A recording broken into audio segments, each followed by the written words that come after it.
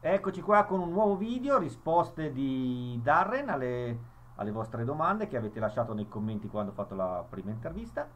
Quindi iniziamo a parlare in inglese. Eh, Thank you, Darren, and welcome back to Plus 39 channel. So I have some question for you.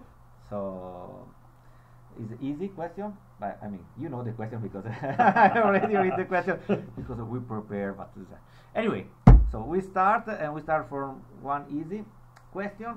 What do you think about Italian rugby? Because you told us you are a very expert in rugby. So Um, Italian rugby, it's struggling at the moment. Unfortunately, to make rugby the global sport it needs to be, we need to tell Italy and those other lower tier nations to hopefully improve and be able to match it with the top tier type teams, the South Africans, Australia, England, New Zealand. So, I mean, Italy can be a force again. Get some New Zealand coaches. yeah, yeah. Look, they were good years ago, but they're just going through a slump. Hopefully, and hopefully they can get their way out of it because they're a good team to watch as well. All right, good. So did you meet other Italian before Fabrizio? Yes, I've been to Italy. I was travelling through. I went to Florencia, Rome, Venice. Venice, yes. Yeah. So a few of those places. I had about 2 weeks in Italy. I didn't get to meet as As friend or exactly. One of the other questions will come to this, but I did work with Italians. yeah. in Did you meet Australia. Italian people in Australia? Yes, so I worked with some Italians in Australia in an infant formula plant making baby powder. There was a couple on the same shift. One of them I organised a duck shooting tour for them in New Zealand. Wow. So I got on very well with them. The place is called Shepparton in Victoria, Australia. Quite a large tomato growing community, and there's lots of Italians doing that in that area. Ah, good. So now, what do you think about the Italians? I No, mean, because you have been in Italy. You used to work in Australia with Italian. Now you work with Italian. So in your karma, there is some Italian Yeah. things. I'm quite a relaxed person. The Italians I've met and even Fabrizio, quite direct. There's nothing wrong with that. Whereas I try to soften things if I have to, discipline someone. The Italians I've met and worked with are just tell it like it is. So, which is fine. I have no dramas with that. At least you know where you stand as well when you're having conversations, etc. So, no, I get on with Italians and work with them all the time. It's good. All right. I have a question. This is my Yeah. question. Do you know some Italian words? Because we are very poetic, especially when we have bad words. No, I don't. Ciao. Ciao. Okay. No, I don't know any Italian words. No. Okay. Other question is there is difference between Australian and US work patterns? Yeah. Yes. Look, I've only been basically at this job since I've been in America, so it's the work culture is different. Look, I'm not gonna. You can say whatever you No. want. It's hard. There's a lot of inexperienced people here that don't have manufacturing experience. So, excuse me. We're basically babysitting here. We are. We're trying to train people to a standard we need that can troubleshoot machinery and operate machinery that we want in a safe and efficient manner. But with the people we have, maybe it's the area, we're not getting that at the moment. We're improving, but we've still got a long way to go. So the only place I've been in America is here, and it's a lot different to in Australia, where you're working people with experience in the manufacturing industry.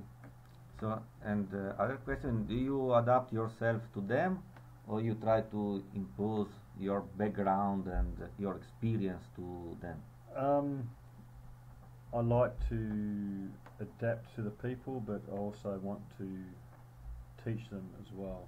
If they don't know anything about pumping equipment or label machines or anything like that, you want to train them, but you also want to gain what knowledge they have as well. So I don't just come in and say do it this way. I want to hear what they have to say, and then you take the good bits and try and get rid of the bad bits and improve them. Alright. So, and do you like your job? Yeah. Your current job? It's good. The driving, it's getting better. As Fabricio knows, we drive 100 miles or 160 k's each day. I found podcasts on my iPhone, so that's good. I can chill out and listen to a podcast on the way home. I think the travel is the main thing. It's near, we'll call it an hour each way. Yeah. By the time I get home and want to do my own things, it's late. So that's really the main thing. But I enjoy it. I like working with machinery, and doesn't matter what manufacturing industry you're in. It can be milk industry, ethanol industry, peanut butter industry. It's still machinery, and a lot of the same. I'm not sure the word. A lot of the same principles apply, and it doesn't matter what you're making. Yes. And now I have a question, but he cannot be honest now. So, do you like to work with Fabrizio? Of course. I've answered this question in the on your YouTube video to a lady. I think it was a lady who asked the question in English. We're different personalities, but Fabrizio brings an experience that I don't have, and hopefully I bring an experience that Fabricio doesn't have, so we complement each other in the same way. It's not like we know each other's roles. That might be the wrong word, but you have an experience and I have an experience, but we don't overlap generally. It's not like I come in and say, no, do this your way or do it my way, so it's good. It works well. Then I have a question. Have you been in Colorado? If no, I would haven't you like been. to go?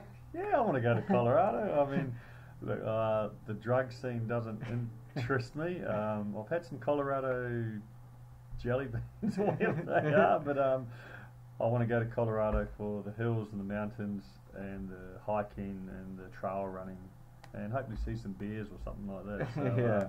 The drug and the marijuana industry, not my thing. I mean, That's a no. Can be a new job, new business, a plant of yeah, well, marijuana. they pay a lot. I mean, there's a lot of money behind this new business. I've been to New Mexico a few times. I enjoy New Mexico. We have a place called Ruidoso, 5 hours away. Lots of hiking and trails around there, so it's nice. But sure, I want to, not just Colorado, I want to go to some other areas as well. So I like Nashville and Memphis. So. Okay, now I think we have the last question. I think is the more important from Fabri Rock. How hard was to get the green card with your marriage? Because Italian school is about visa, green card, and it took a while. I have an American wife. We were married in Australia, and we started the process in Australia. It still took nearly 2 and a bit years. The funny thing was, when I came over for a visit back, I don't know the date, I'm going to say 2015 I think it was, we went to the immigration lawyer and said, what are our options?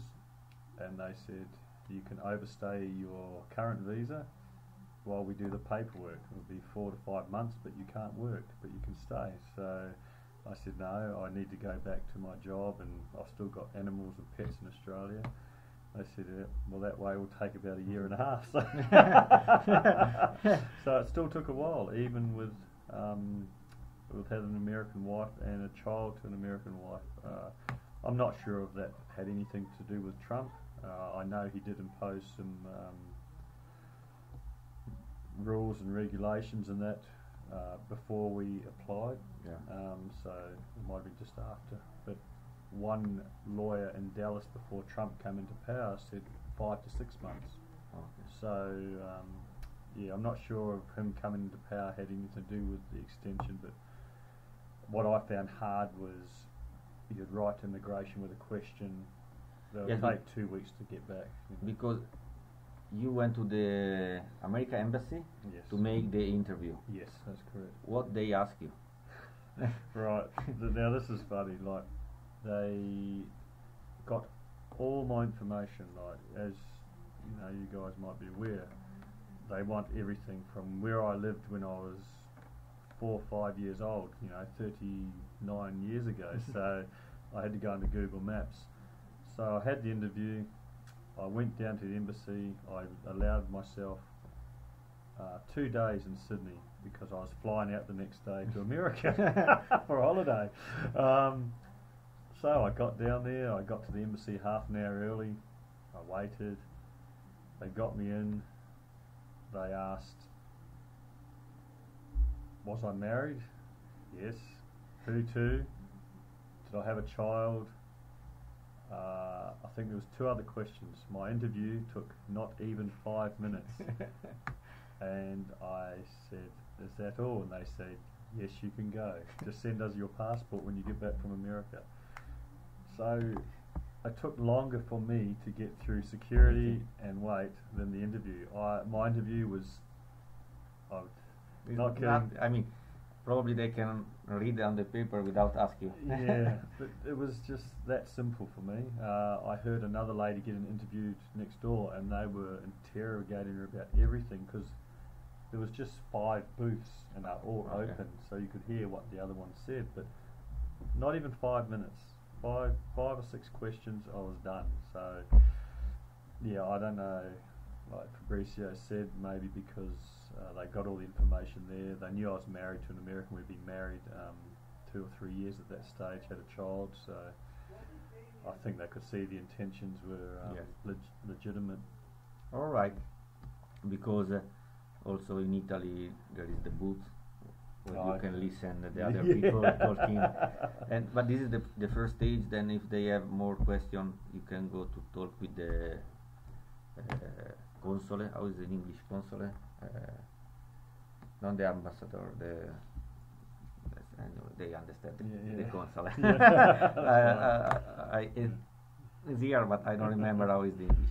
Anyway, this was the question. If you have other question, you are welcome to write in the comments. And thank you, Darren, for your time. Oh, good.